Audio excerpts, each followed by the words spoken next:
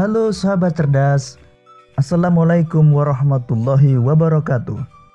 Pada kesempatan kali ini, kita akan belajar pada tema 4, sehat itu penting, subtema 1, peredaran darahku sehat, dan kita sampai pada pembelajaran pertama.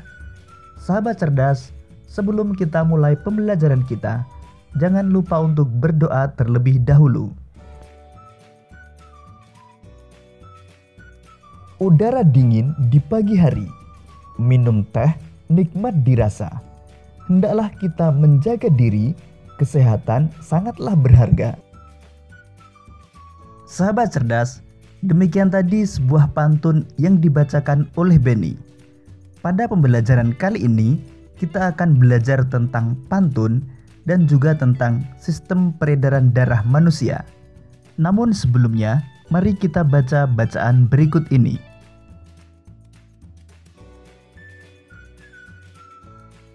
Siti, anak yang rajin dan disiplin. Siti selalu berangkat sekolah lebih awal. Jarak rumah Siti dan sekolah tidak terlalu jauh. Siti berangkat ke sekolah naik sepeda. Naik sepeda juga merupakan kegiatan olahraga. Siti mengayuh sepedanya dengan santai. Siti hanya membutuhkan waktu 20 menit untuk sampai ke sekolah. Siti sangat peduli dengan kesehatan tubuh. Bersepeda termasuk olahraga yang mendukung kebugaran dan dapat membantu melancarkan peredaran darah. Darah sangat penting peranannya bagi manusia. Peranan darah antara lain mengalirkan oksigen ke seluruh tubuh dan mengangkut karbon dioksida dari seluruh tubuh menuju paru-paru. Dalam tubuh manusia, darah mengalir melalui organ-organ peredaran darah. Apa saja organ peredaran darah manusia?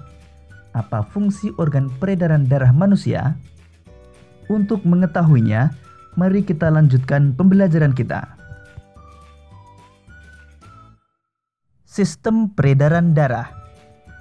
Mengalirnya darah di dalam tubuh disebut sistem peredaran darah.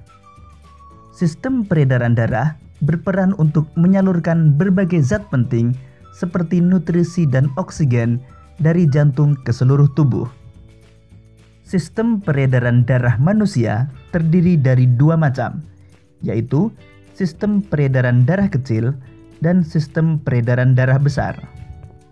Peredaran darah kecil adalah peredaran darah yang berasal dari jantung menuju paru-paru dan kembali lagi ke jantung.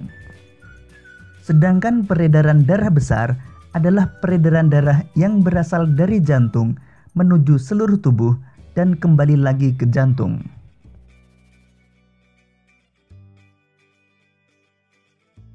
Berikut ini aliran darah pada sistem peredaran darah kecil. Darah yang banyak mengandung karbon dioksida di bilik kanan mengalir menuju paru-paru melewati arteri pulmonalis. Di dalam paru-paru terjadi pertukaran darah yang mengandung karbon dioksida dengan darah yang mengandung oksigen. Darah yang banyak mengandung oksigen kembali ke jantung melalui vena pulmonalis. Kemudian darah masuk ke serambi kiri.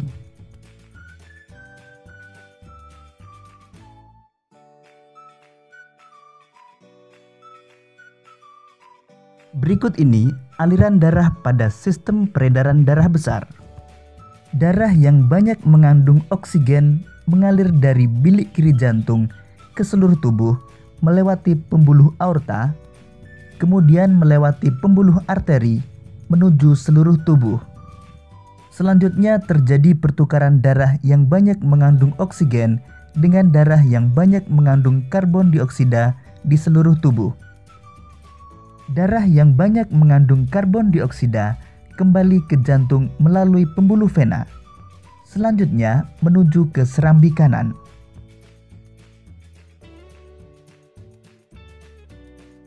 Sahabat cerdas, berdasarkan uraian tersebut, kita mengetahui bahwa organ yang berperan dalam peredaran darah manusia antara lain jantung, pembuluh darah, dan paru-paru.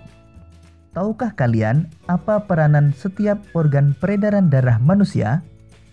Untuk mengetahuinya, mari kita lanjutkan pembelajaran kita. Organ peredaran darah manusia. Yang pertama, jantung. Jantung adalah organ tubuh manusia yang berfungsi memompa darah ke seluruh tubuh.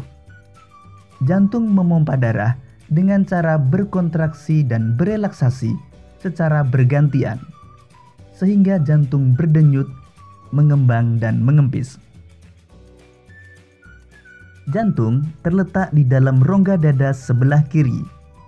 Ukuran jantung kira-kira sebesar kepalan tangan pemiliknya. Jantung tersusun atas kumpulan otot-otot yang sangat kuat yang disebut miokardium.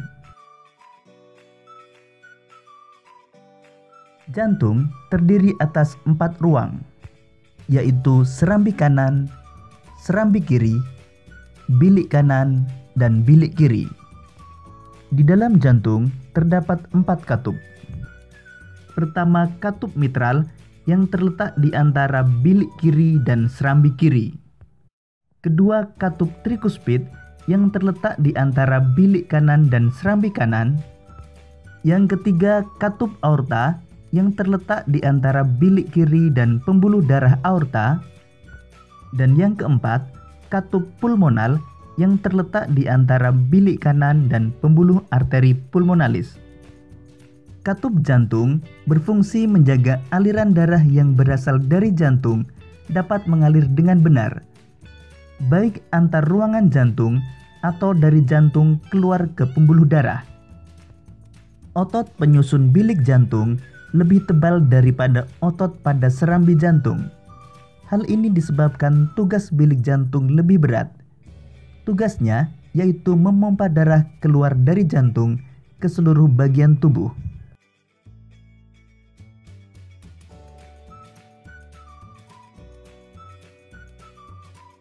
Pembuluh darah.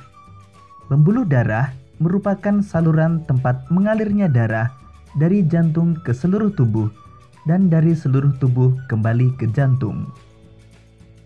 Pembuluh darah terdiri dari 2 jenis, yaitu pembuluh nadi atau arteri dan pembuluh balik atau vena.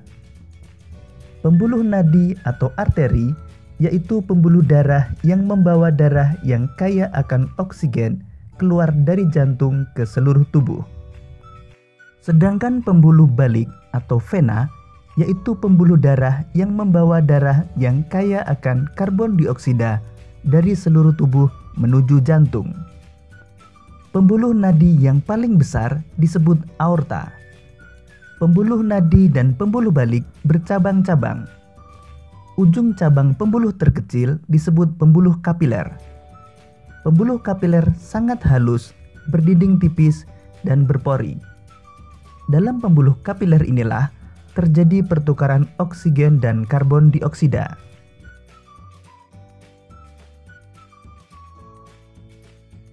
Berikut ini perbedaan antara pembuluh nadi dan pembuluh balik. Pembuluh nadi, aliran darah keluar dari jantung, membawa darah bersih yang kaya akan oksigen kecuali pada arteri pulmonalis. Dinding tebal, kuat dan elastis. Terletak di bagian dalam, denyut terasa.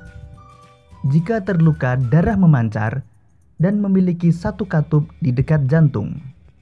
Sedangkan pembuluh balik, aliran darah menuju jantung, membawa darah kotor yang kaya akan karbon dioksida, kecuali pada vena pulmonalis. Dinding tipis dan kaku, terletak di dekat permukaan kulit, denyut tidak terasa. Jika terluka, darah menetes dan memiliki banyak katup. Panjang seluruh pembuluh darah manusia jika dihubungkan dari satu ujung ke ujung yang lain dapat mencapai sekitar 160.000 km.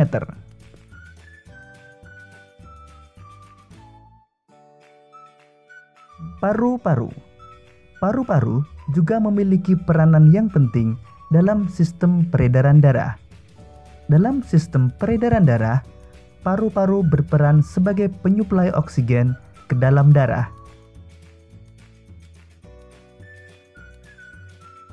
Berikut ini gambar organ paru-paru dan mekanisme pertukaran oksigen dan karbon dioksida.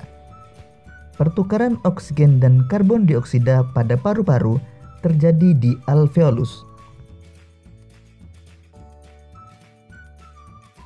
Sahabat cerdas, demikian tadi penjelasan tentang sistem peredaran darah manusia. Apakah kalian sudah memahami tentang sistem peredaran darah manusia? Sekarang mari kita dengarkan ungkapan rasa syukur Siti karena telah diberikan organ peredaran darah yang sehat. Siti mengungkapkan rasa syukurnya dengan sebuah pantun. Rambutku lebat, rambutku subur, tidak dapat dipasang jepitan. Tubuhku sehat, kuucap syukur, darah mengalir tanpa hambatan. Demikian tadi pantun yang dibacakan oleh Siti. Lalu tahukah kalian apa itu pantun? Untuk mengetahuinya, mari kita lanjutkan pembelajaran kita.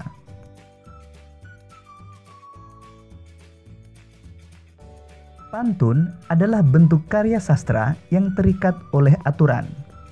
Aturan tersebut menjadi ciri khas dari sebuah pantun, yaitu 1. Setiap bait terdiri atas 4 baris atau larik. 2. Setiap baris terdiri atas 8-12 suku kata. Ketiga, baris pertama dan kedua merupakan sampiran, dan baris ketiga dan keempat merupakan isi pantun. Dan yang keempat, bersajak atau berima ABAB. Demikian tadi sahabat cerdas penjelasan tentang pantun. Sekarang coba kalian buat sebuah pantun tentang organ peredaran darah. Demikian tadi sahabat cerdas pembelajaran kita pada tema 4, subtema 1 dan pembelajaran pertama. Untuk menguji pemahamanmu, kamu dapat mengerjakan latihan soal yang terdapat pada deskripsi video ini. Sampai jumpa pada pembelajaran berikutnya. Tetap semangat dan selamat belajar.